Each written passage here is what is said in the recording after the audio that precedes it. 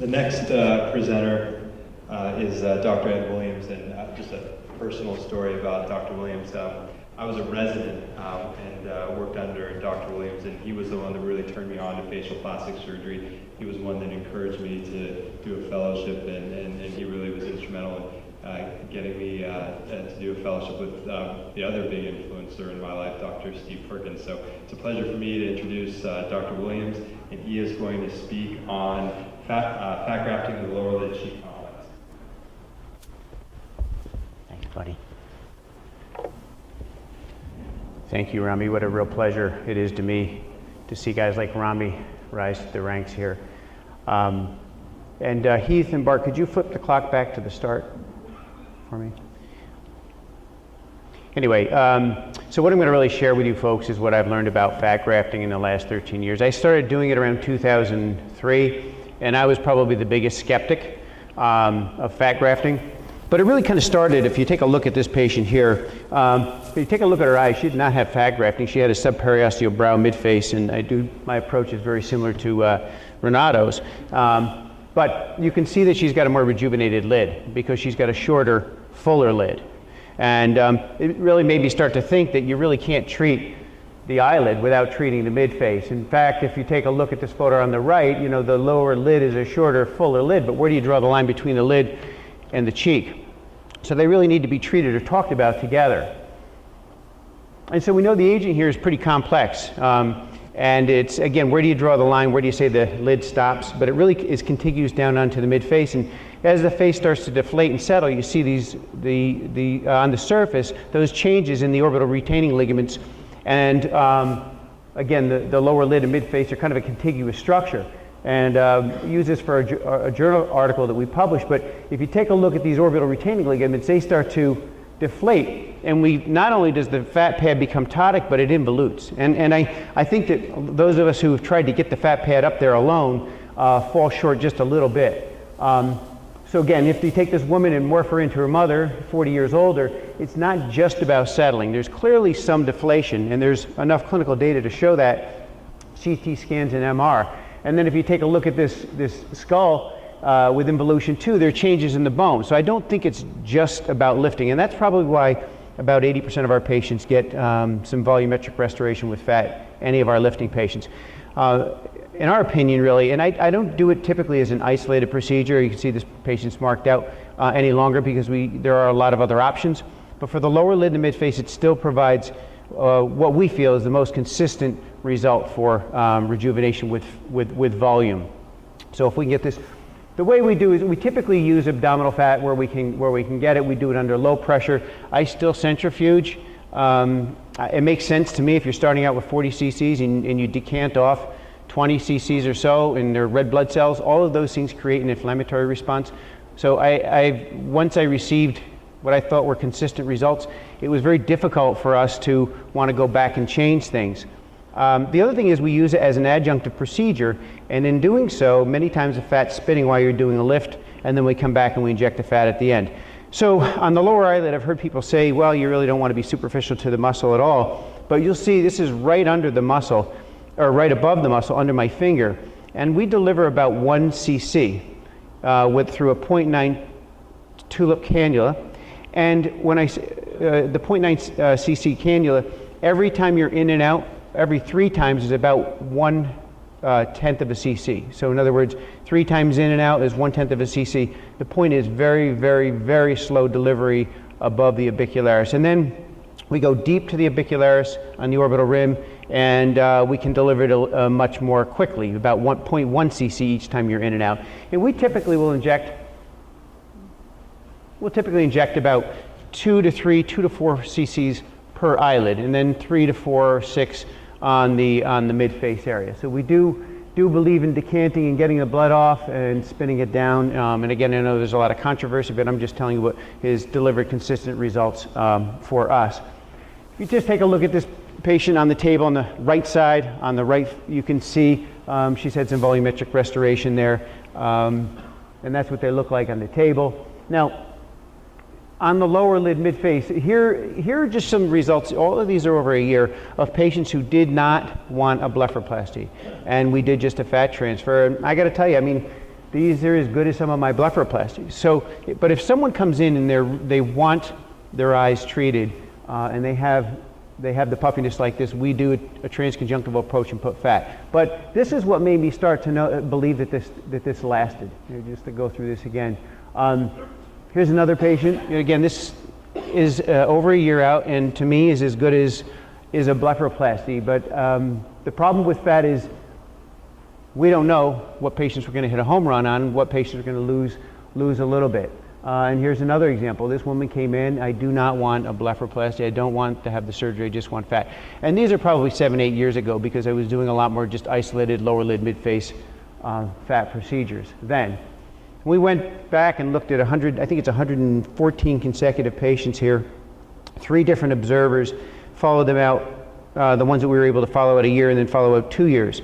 3 different observers had a high correlation of kappa scores, and for moderate to marked, so +1, +2, we saw results at 94% at 1 year and 82% at 2 years. So there is some longevity. Now, if you look at Glasgold's work where he says that we lose about 30% of it, this is based on 3D volumetric.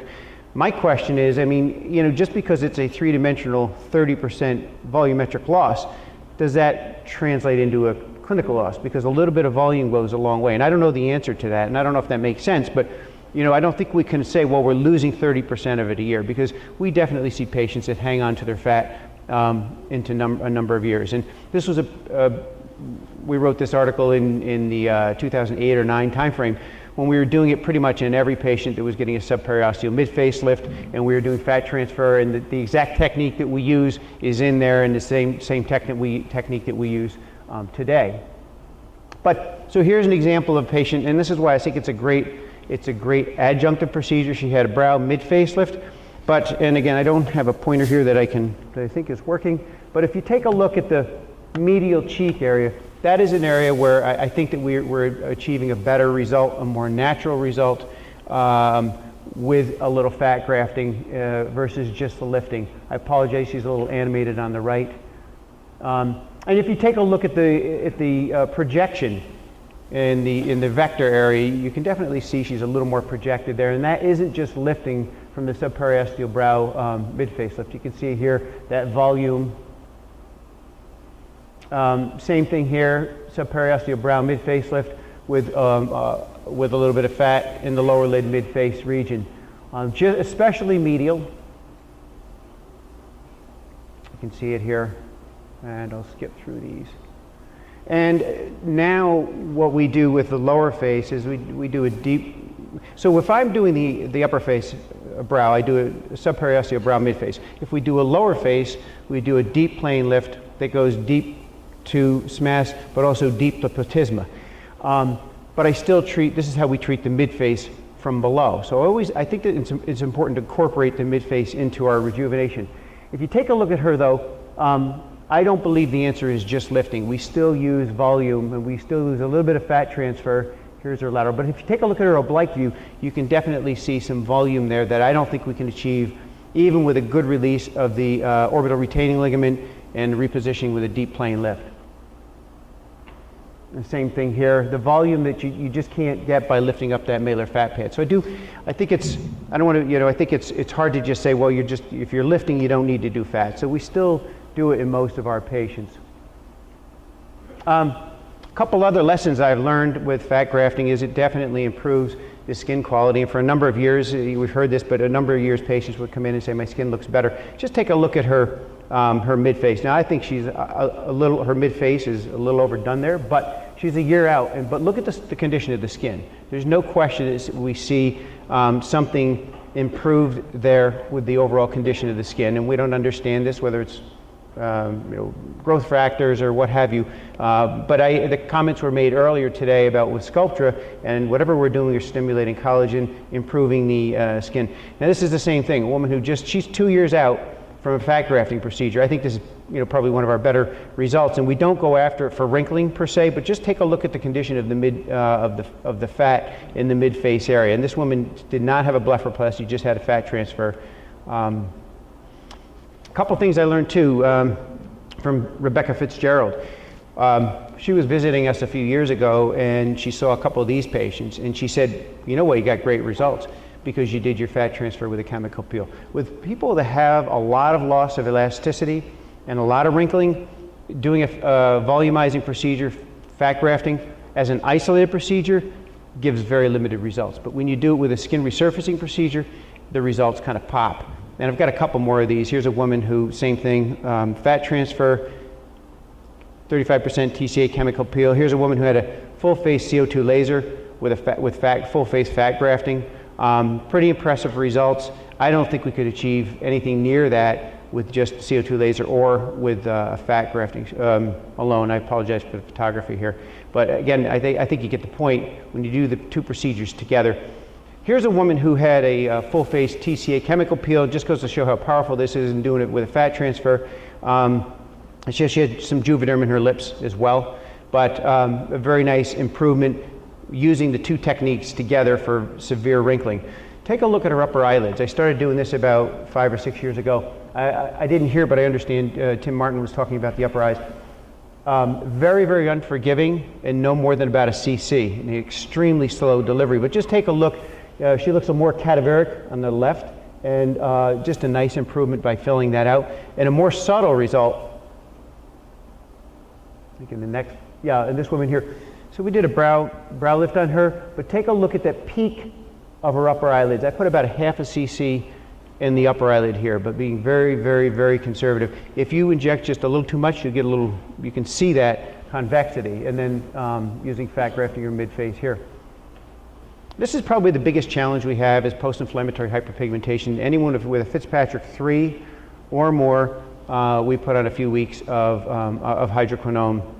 And then in about 2 to 3 weeks, we put them back on ibuprofen and a hydroquinone. And these are just stubborn nuisances because you have a great result and you have someone who has a post-inflammatory hyperpigmentation. And the challenge is that sometimes you can't predict it. It's the people that you think they have fair skin, but they, in reality, show up with it.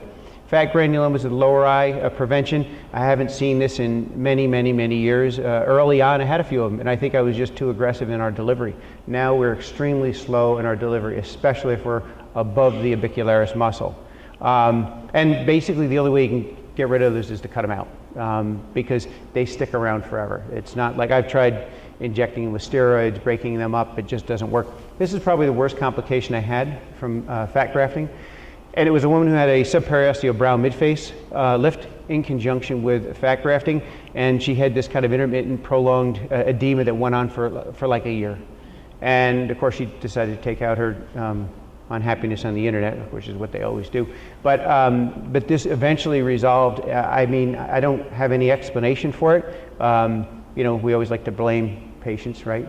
So I was thinking maybe she was a drinker or something. I'm not sure, but she just seemed to hold on to the fluid here. So the limitations, smokers, I don't think it does well in extremes of age. The elderly patient, someone in their mid 70s or more, extreme rest, the gym rats, the folks who are in the gym all the time. And when, like I said, total loss of elasticity, I think a resurfacing procedure goes well. Lessons I've learned, some patients you just need to be more aggressive and manage expectations. I think this is a full face fat transfer. I don't do as many of them now, but you know, she's got nice improvement, but we work harder on managing expectations in these patients as far as rejuvenating in that area.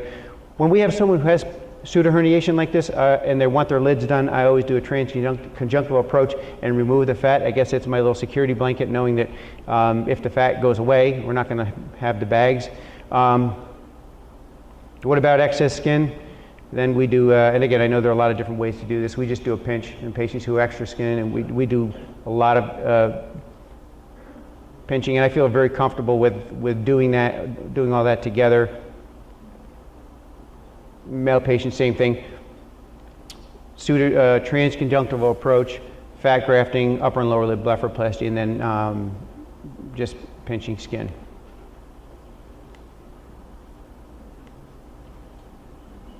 So in our practice, it has some advantages. There's unlimited volume. I think it's a wonderful adjunctive procedure. I don't do it as much anymore as an isolated procedure, and probably 80% of our brow lifts and 80% of our facelifts get fat. To us, in our hands, the results are very consistent in the mid-face. That's probably the best place for it. It's very safe in the periorbital area, but you want to deliver it very slowly. The disadvantage is it's much less predictable in the perioral area. And you know, a lot of patients don't love, that's probably one of the other reasons I don't do it as an isolated procedure, is you're dealing with the recovery issue. And it's, let's face it, it's not a perfect procedure, but it is a nice adjunct. So I finished on time, and I thank you for your attention.